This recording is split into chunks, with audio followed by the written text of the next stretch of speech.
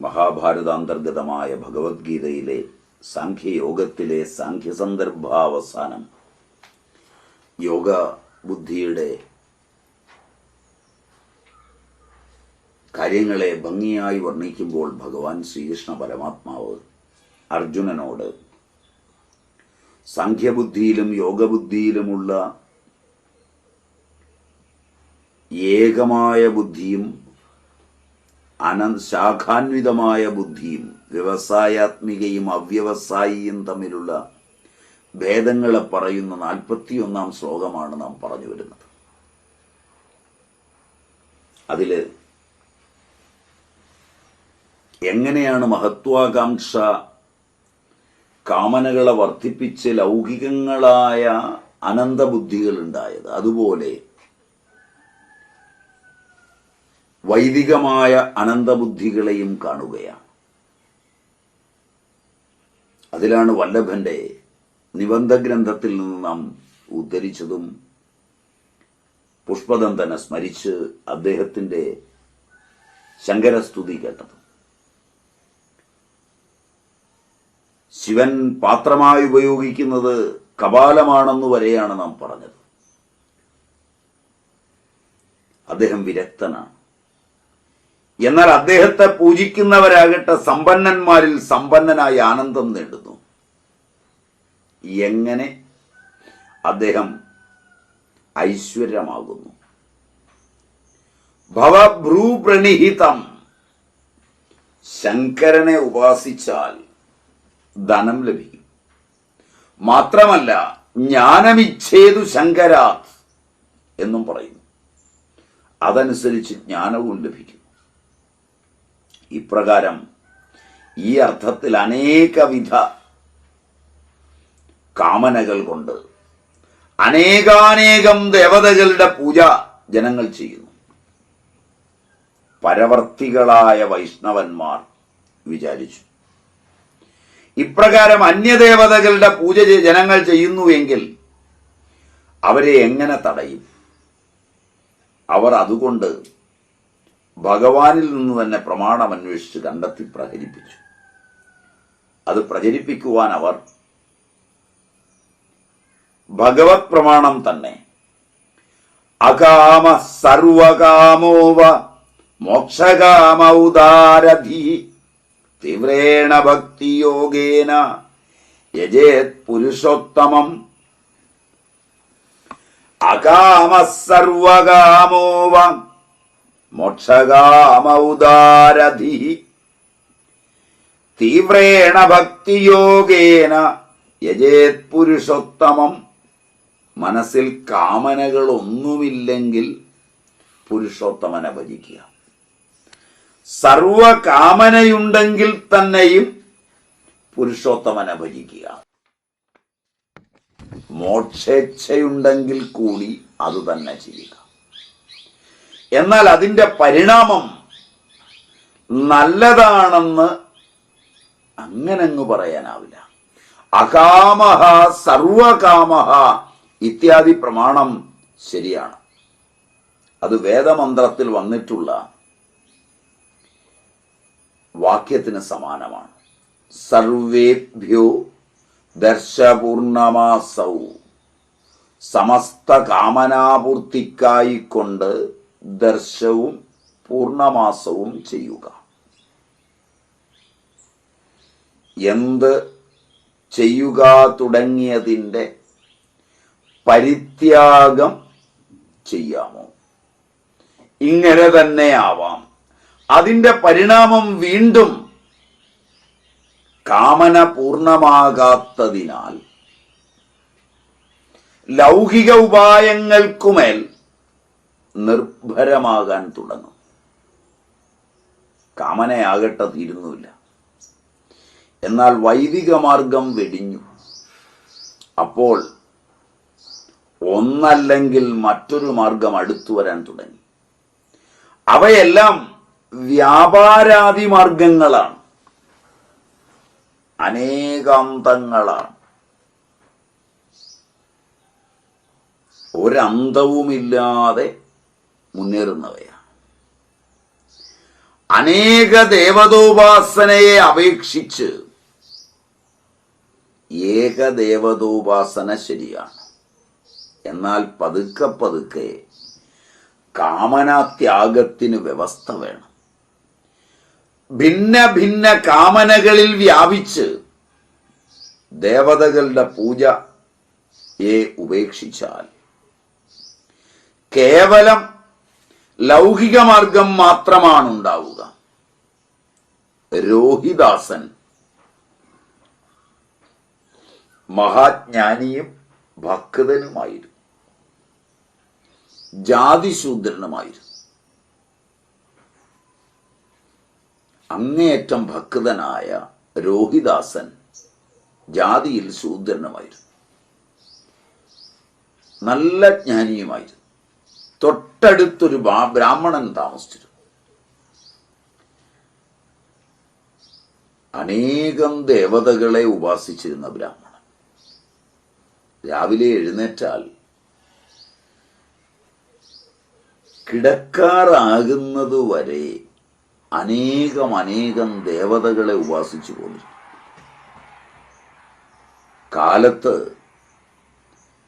4 മാല ഗണേശന്, 4 അംബാമാതാവിന്, വീണ്ടും 4 മാല ശങ്കരന്, തുടർന്ന് 4 വിഷ്ണുവിന്, 4 മാല വശീകരണ മന്ത്രത്തിനു വേണ്ടി, 4 അന്നപൂർണയ്ക്ക്. ഇപ്രകാരം കുറഞ്ഞത് ഒരു 10-30 ദേവതകളെ പൂജിച്ചിരുന്നു. ഇത്രയും മൂർത്തികളും പടങ്ങളും എല്ലാം പൂജാമുറിയിൽ സൂക്ഷിച്ചിരുന്നു. അവയുടെ എല്ലാം മുമ്പിലിരുന്ന് നിത്യവും ജപവും തപസ്സും ചെയ്തിരുന്നു. രോഹിദാസ് പതിവായി ഇത് കണ്ടുപോന്നു.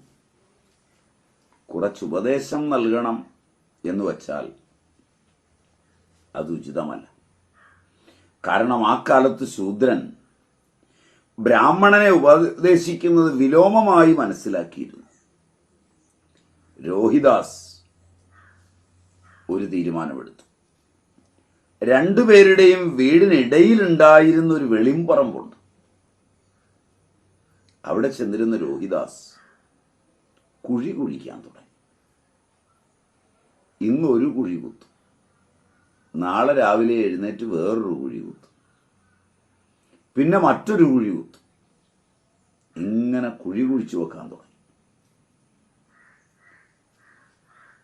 ഇത് കണ്ട് വളരെ കുഴിക്കാൻ തുടങ്ങിയപ്പോൾ ബ്രാഹ്മണൻ ഒരു ദിവസം രോഹിദാസനോട് ചോദിച്ചു, ഇത്രയും കുഴികൾ എന്തിനാണ്? കുഴിക്കുന്നത്? രോഹിദാസ് പറഞ്ഞു, പണിയുണ്ട്. ഇത്രയും ആയപ്പോഴേക്കും മഴക്കാലം വന്നു. എല്ലാ കുഴിയും നിറഞ്ഞു. വീണ്ടും മഞ്ഞുകാലം വന്നപ്പോൾ പണി തുടങ്ങി. ബ്രാഹ്മണൻ വീണ്ടും ചോദിച്ചു, ഇത്രമാത്രം പണിയെടുക്കുന്നത് എന്തിനാണ്? രോഹിദാസ് പറഞ്ഞു, വെള്ളത്തിന് വേണ്ടി. ഇത് 19 കുഴി മഴക്കാലത്ത് വെള്ളം നിറയാൻ തക്കവണ്ണം നിങ്ങൾ കുഴിച്ചു വച്ചിരിക്കുന്നു. ഈ സമയം കൊണ്ട് വെള്ളത്തിന് വേണ്ടിയാണെങ്കിൽ ഒരു കുഴി കുഴിക്കണം എന്നായി ബ്രാഹ്മണൻ. ഈ കുഴിയെല്ലാം നിങ്ങൾ കുഴിച്ച് മഴക്കാലത്ത് മണ്ണ് വന്ന് മൂടുക. ഇങ്ങനെ ജീവിതകാലം മുഴുവൻ നിങ്ങളിരുന്ന് കുഴിച്ചാലും വെള്ളം കിട്ടുകയില്ല സുഹൃത്തെ. ഇങ്ങനെ കുഴിക്കുന്നതിന് പകരം ഒരു കുഴി കുഴിക്കൂ. നിങ്ങൾ ഒറ്റയ്ക്കാണെങ്കിൽ പോലും 1 കൊല്ലമോ 6 മാസമോ ഒക്കെ മതിയാവും, വെള്ളം കിട്ടും. രോഹിദാസ് പറഞ്ഞു, ഓ, അങ്ങയുടെ ഉപാസന പോലെ അല്ലേ? അങ്ങ് ഉപാസിക്കുന്നത് പോലെയാകും അല്ലേ എൻ്റെ കുഴികുത്ത്? ഇപ്പോൾ എനിക്ക് മനസ്സിലായി അങ്ങ് പറഞ്ഞതിൻ്റെ സാരം. ബ്രാഹ്മണൻ ചോദിച്ചു, എൻ്റെ ഉപാസന പോലെയോ? രോഹിദാസ് പറഞ്ഞു, അങ്ങ് 25-30 ദേവതകളെ ദിവസവും ഉപാസിക്കുന്നു. അസഫലമാവുന്നു. അതിനെ അപേക്ഷിച്ച് ഒരു ദേവതയെ ഉപാസിച്ചാൽ ഫലവും കിട്ടും. അതുപോലെ ഞാനും അനേകം കുഴി കുഴിക്കുന്നതിന് പകരം ഒരെണ്ണം കുത്തിയാൽ വെള്ളം കിട്ടും. നന്നായി നടക്കട്ടെ. നാളെ മുതൽ നോക്കാം. അങ്ങനെ ചെയ്യാം. ബ്രാഹ്മണന് തൻ്റെ വിസ്മൃതി ബോധ്യമായി. അപ്പോൾ അദ്ദേഹം ഒരു ദേവതയെ പൂജിക്കാൻ തുടങ്ങി. അന്യദേവതകളെ തിരസ്കരിച്ചുമില്ല. ആ മുഖ്യ ദേവതയുടെ അംഗമെന്ന നിലയിൽ മറ്റു ദേവതകളെ നമസ്കരിക്കുവാനും മറന്നില്ല. അതിനും മേൽ ചിന്തിച്ചു നോക്കിയാൽ ഒരേ ഒരു പരമാത്മാവാണ് യുഗവത് അഥവാ ക്രമത്തിൽ അനേക രൂപം ധരിച്ചത്. അനേക രൂപരൂപായ വിഷ്ണവേ, അനേക രൂപം ധരിച്ച വിഷ്ണു എന്ന് പറഞ്ഞാൽ വ്യാപക ചേതന എന്നാണ്. പ്രഭവിഷ്ണു. പ്രകർഷേണ ഭവതി പ്രഭവിഷ്ണു. ഉപാധിവശാൽ അനേക രൂപമെടുക്കുന്നു. അനേകം ദേവതകളെ മാനിക്കുന്നത് അവ്യവസായമാണ്. എന്തുകൊണ്ടെന്നാൽ അനേക ദേവതകളുടെ വേറെ വേറെ അസ്തിത്വം മാനിക്കുന്നതിൽ അവയിൽ ചിലത് ഉത്കൃഷ്ടവും ചിലത് അപകൃഷ്ടവും എന്നിങ്ങനെ അനേകം ധാരണകൾ വരും. ഒന്നിലധികം ദേവതകളെ ഉപാസിക്കാൻ തുടങ്ങുമ്പോൾ മനുഷ്യ മനസ്സിന് ഉത്കൃഷ്ട അപകൃഷ്ട ബോധമുണ്ടാവും. ഒന്നിനോട് പ്രിയം കൂടും, ഒന്നിനടുത്ത് താല്പര്യങ്ങൾ വർദ്ധിക്കും. അതുകൊണ്ട് അനേക ദേവത ഉപാസനയ്ക്ക് ഈ ക്ലിഷ്ടതകളുമുണ്ട്. മാത്രവുമല്ല, ഉത്കൃഷ്ട അപകൃഷ്ട ബോധമുണ്ടാകുമ്പോൾ അതിൻ്റെ പരിണാമമായ രാഗദ്വേഷാദികളും വരും. രാഗദ്വേഷാദികൾ ഉത്കൃഷ്ട അപകൃഷ്ട ബോധത്തിൻ്റെ പരിണാമമാണ്. ഒന്നിനെ ഉത്കൃഷ്ടമെന്ന് മാനിച്ചു, അതിനെ മറ്റുള്ളവരെല്ലാം ഉത്കൃഷ്ടമെന്ന് മാനിക്കണമെന്ന് നിർബന്ധവുമില്ല. ആദ്യത്തെയാൾ മറ്റുള്ളവർ താൻ ഉത്കൃഷ്ടമെന്ന് വിചാരിക്കുന്നതിനെ അപകൃഷ്ടമെന്ന് കരുതി എന്നുള്ളതിൻ്റെ പേരിൽ ദേഷിക്കുവാൻ തുടങ്ങും. ഇതാണ് ശിവൻ, വിഷ്ണു എന്നിങ്ങനെ ദേവതകളെ സംബന്ധിച്ച് ജനങ്ങളുടെ ഇടയിലുള്ള വഴക്കും വക്കാണവുമെല്ലാം. പ്രാദേശികങ്ങളും വൈദേശികങ്ങളുമായ ദേവതാസങ്കല്പങ്ങളുടെ പേരിൽ ലോകത്ത് നടക്കുന്ന എല്ലാ മതപരങ്ങളായ കോലാഹലങ്ങളും വഴക്കുകളും വക്കാണങ്ങളും ദേവത ഉപാസനയിൽ വന്ന ഉത്കൃഷ്ടാപകൃഷ്ട ബോധത്തിൽ നിന്ന് രൂപാന്തരപ്പെട്ടെത്തിയ രാഗദ്വേഷങ്ങളാലാണ്. രാഗദ്വേഷങ്ങൾക്ക് ഈ അവ്യവസായി ബുദ്ധി കാരണമാകും എന്ന് തിരിച്ചറിഞ്ഞ് ബുദ്ധിയെ വ്യവസായാത്മികയാക്കേണ്ടത് അത്യന്താപേക്ഷിതമാണ്. സദ്ഗുരുവിൻ്റെ ഉപദേശമില്ലാതെ ഒരു വികല്പവും പോവുകയുമില്ല. സദ്ഗുരുവിനല്ലാതെ തത്വനിശ്ചയം വരില്ല. സദ്ഗുരു ഇല്ലാതെ തത്വനിശ്ചയം ലഭിക്കുകയുമില്ല. ഇക്കാലത്ത് അനേകം ഗുരുക്കന്മാർ തന്നെ ഈ അവ്യവസായത്തിൽ വീണ് കിടക്കുകയാണ്. സ്വയം താങ്കളുടെ ശിഷ്യന്മാരെ രാഗദ്വേഷത്തിൽ ആഴ്ത്തുന്നു. ശിഷ്യന്മാർക്കാദ്യം സമാനഭാവമുണ്ട്. എന്നാൽ അങ്ങനെയുള്ള ഗുരുക്കന്മാർ അവരുടെ ഇടയിൽ രാഗദ്വേഷം ഉളവാക്കുന്നു. തുടർന്ന് അവരെ പരസ്പരം വിദ്വേഷത്തിൽപ്പെട്ട് നശിക്കുന്നു. അന്ധേനൈവ നീയമാന യഥാന്ത. ഈ വചനം ഇങ്ങനെയുള്ള ശിഷ്യന്മാരെ സംബന്ധിച്ച് 100% സത്യമാണ്. ഇതൊന്നും ഗുരുക്കന്മാരുടെ പണിയല്ല. എന്നാൽ സ്വാർത്ഥികളായ അസത്പുരുഷന്മാരുടെ ജീവനോപായമാണ്. ഇവർ ഗുരുനാമധാരികളായി ധനാർജനത്തിനു വേണ്ടി മാത്രം ഇങ്ങനെയാവുന്നു. ഒരേ ഭഗവാൻ വേദവ്യാസൻ അഷ്ടാദശ പുരാണങ്ങൾ ഉണ്ടാക്കി. സമസ്ത ദേവീ ദേവതകളുടെയും വർണ്ണനം അതിലുണ്ട്. എല്ലാവരെയും സർവോത്കൃഷ്ടമെന്ന് പറഞ്ഞിട്ടുമുണ്ട്. പല ആചാര്യന്മാരും തന്നെ തങ്ങൾ സ്വീകൃതമായ ദേവതയുടെ പരമതാൽപര്യം സിദ്ധമാക്കുന്നതിന് പ്രയത്നിക്കാറുമുണ്ട്. എന്നാൽ അന്യ ആചാര്യന്മാരുടെ കഥനത്തെ വിപ്രതിഷിദ്ധമാവുന്നു. വസ്തുത എന്തെന്നാൽ തത്വമേകമാകുന്നു, നാമരൂപങ്ങൾ മാത്രം ഭിന്നം. ജനങ്ങൾ തങ്ങളുടെ അഭിരുചിക്കും സാഹചര്യത്തിനുമനുസരിച്ച്, അഭിരുചി പ്രധാനം, ചുറ്റുപാടുകൾ രണ്ടാമത്, നാമരൂപങ്ങളെ സ്വീകരിക്കുന്നു. ഓരോ പ്രാദേശികമായ തലങ്ങളിൽ നാമങ്ങളിൽ പോലും വ്യതിയാനമുണ്ട്. ദ്രവ്യങ്ങളുടെ നാമം മാറുന്നതനുസരിച്ച് ഭാഷ വേറെ വേറെയാവുകയാണ്. അനേക നാമങ്ങൾ ഒരു വസ്തുവിന് തന്നെ വരുന്നത് അഭിരുചിയും സാഹചര്യവും മാറുന്നതിനനുസരിച്ചാണ്. അതിനെയെല്ലാം ഏകമായൊരു ഭാഷയിൽ കോർത്തിണക്കാം എന്ന് വ്യാമോഹിച്ച് ഭാഷാപ്രചാരണത്തിനൊരുങ്ങിയിട്ടുണ്ട്. അതുകൊണ്ട് ഭാഷ വളർന്നു എന്ന് വ്യാമോഹിക്കുന്നവരുണ്ട്. വിശ്വവിശാലമായ ഒരു ഭാഷയാണ് ഇംഗ്ലീഷ്. ലോകത്തെങ്ങും അത് പ്രചരിച്ചു. അമേരിക്കക്കാരനും ബ്രിട്ടീഷുകാരനും ഇറ്റലിക്കാരനും മറ്റു രാജ്യക്കാരനുമൊക്കെ ഇംഗ്ലീഷിൽ സംസാരിക്കുമ്പോൾ ഒരേ ഇംഗ്ലീഷ് അല്ലാതായി. ഇത്രയും കാലം കൊണ്ട് ആംഗലേയ ഭാഷയുടെ തനിമ നഷ്ടപ്പെട്ടു എന്നല്ലാതെ ആംഗലേയ ഭാഷയെ പ്രചരിപ്പിക്കുവാൻ കഴിഞ്ഞു എന്ന് ബോധമുള്ളവരാരും പറയില്ല. അതുപോലെയാണ് നാമങ്ങളിലുള്ള ഈ കാര്യം.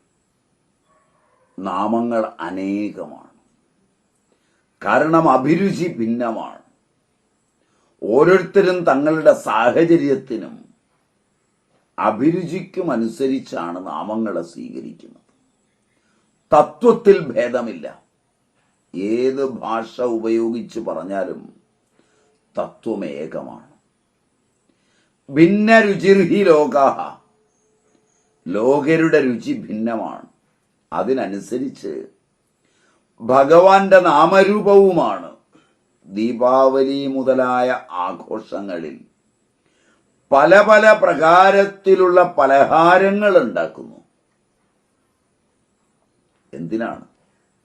ചിലർക്ക് ലഡുവാണ് പ്രിയം, ചിലർക്ക് ജിലേബി, മറ്റു ചിലർക്കാകട്ടെ ഗുലാബ് ജാൻ. ഇതെല്ലാം രുചിയുടെ കാര്യമാണ്. ഇതിൻ്റെ എല്ലാം മൂലതത്വം ഈ പലഹാരങ്ങളിൽ ഏതെടുത്താലും മധുരമാണ്. മറ്റെല്ലാം ഉപാധിയാണ്. കൊച്ചുകുട്ടികൾക്ക് കൽക്കണ്ടം അധികം ഇഷ്ടമാണ്. ഇതിൻ്റെ എല്ലാം തലം, മൂലതത്വം അതിലും കരിമ്പിൻ്റെ രസമാണ്. ചിലതിൽ ഉപാധി തേങ്ങയാണ്, ചിലതിൽ ആട്ട, മറ്റു ചിലതിൽ മൈദ, ചിലതിൽ ഉഴുന്ന്. ഈ ഉപാധികളാൽ നാമരൂപങ്ങൾ മാറുന്നു. അതുപോലെ രസരൂപി പരമാത്മാവ് ഒന്നു മാത്രമാണ്. രസോ വൈസഹ രസകം ഹേവായം ലബ്ധ്വാ ആനന്ദീ ഭവതി. പരമാത്മാവ് രസരൂപമാണ്. ആ രസം കൊണ്ട് ഈ ജഗത്ത് രസവാനാകുന്നു. വിഷ്ണു, ശിവൻ ആദിയും കൂടി അതിനാൽ ആനന്ദരൂപമാകുന്നു. മായ, പ്രകൃതി ഉപാധിരൂപത്തിൽ വരുന്നു. അതുകൊണ്ട് ചിലപ്പോൾ സത്വഗുണം ഉളവാകുന്നു. സത്വഗുണം നമുക്ക് സമ്മുഖമാകുന്നത് ചിലപ്പോൾ രജോ ഗുണം സമ്മുഖമാകുന്നു, ചിലപ്പോഴാകട്ടെ തമോ ഗുണം. ഈ ഭേദങ്ങളിൽ സത്വവും രജസ്സും തമസ്സും മാറി മാറി പ്രവർത്തിക്കുമ്പോൾ അതിനനുസരിച്ച് നാമരൂപങ്ങൾ ഭിന്നമായി. ഗുണഭേദമാണ് നാമഭിന്നതകൾക്ക് കാരണം. സത്വം, രജസ്, തമസ് എന്നിവയിലെ തത്വം എടുത്താൽ അതേകമാണ്. തത്വത്തിൽ ഭേദമില്ല, ഗുണത്തിലേ ഭേദമുള്ളൂ. ഈ രഹസ്യം അറിഞ്ഞാൽ അവനെ ബുദ്ധിമാൻ എന്ന് വിളിക്കുന്നത് ശരിയാണ്. അവന്റെ ബുദ്ധി വ്യവസായാത്മികയാണ്. ഒരു ഭക്ത പറയാൻ തുടങ്ങി, ഞാൻ വികൽപ്പരഹിതയാണ്, നിർവികൽപ്പമാണ്. എങ്ങനെ? ഞാനൊരു കൃഷ്ണനെ മാത്രം മാനിക്കുന്നു, മറ്റൊന്നിനെയും മാനിക്കില്ല. നിങ്ങൾ ശിവനെ മാനിക്കുന്നുവോ? അപ്പോൾ ഇത് വികൽപ്പമാണ്. അയാൾ പറഞ്ഞു, മാനിക്കാതിരുന്നാൽ എങ്ങനെ വികൽപ്പമാവും? വികൽപ്പവിരുദ്ധം എന്നാൽ കൽപ്പമാണ്. റൊട്ടിയും വസ്ത്രവുമെല്ലാം മാനിക്കുന്നില്ലേ? മാനിക്കുന്നുണ്ട്. കൃഷ്ണനെ വിട്ട് റൊട്ടിയെയും വസ്ത്രത്തെയും മാനിക്കുന്നു, ശിവനെ മാനിക്കുന്നില്ല. അർത്ഥം, ശിവൻ മാന്യനല്ല. ഇപ്രകാരം മാനിക്കുക അഭാവരൂപമല്ല, ഭാവരൂപമാണ്. അത് വികൽപ്പം തന്നെ. അപ്പോൾ മാന്യതാകൽപ്പം കൃഷ്ണനെ സ്വീകരിച്ചു, അമാന്യതാകൽപ്പം ശിവനെ സ്വീകരിച്ചു. ഇത് രണ്ട് വിരുദ്ധകൽപ്പമാകയാൽ ബുദ്ധി ഇവിടെ ഒന്നല്ല, അനേകമാണ്. അനേകമായ ഈ ബുദ്ധിയിൽ പെട്ട് അവ്യവസായിയായി മാറുന്ന മനസ്സിൻ്റെ തലങ്ങളെ നമുക്ക് അനാവരണം ചെയ്തു തന്ന, അർജുനനെ നിമിത്തമാക്കി നമുക്ക് അനാവരണം ചെയ്തു തന്ന ഭഗവാൻ ശ്രീകൃഷ്ണന്റെ ഗാഥയെ ഭംഗ്യം തരേണ സമാഹരിച്ചെടുത്ത വ്യാസപ്രതിഭയുടെ പാവനപാദങ്ങളിൽ നമുക്ക് ഭക്തിയോടെ നമിക്കാം.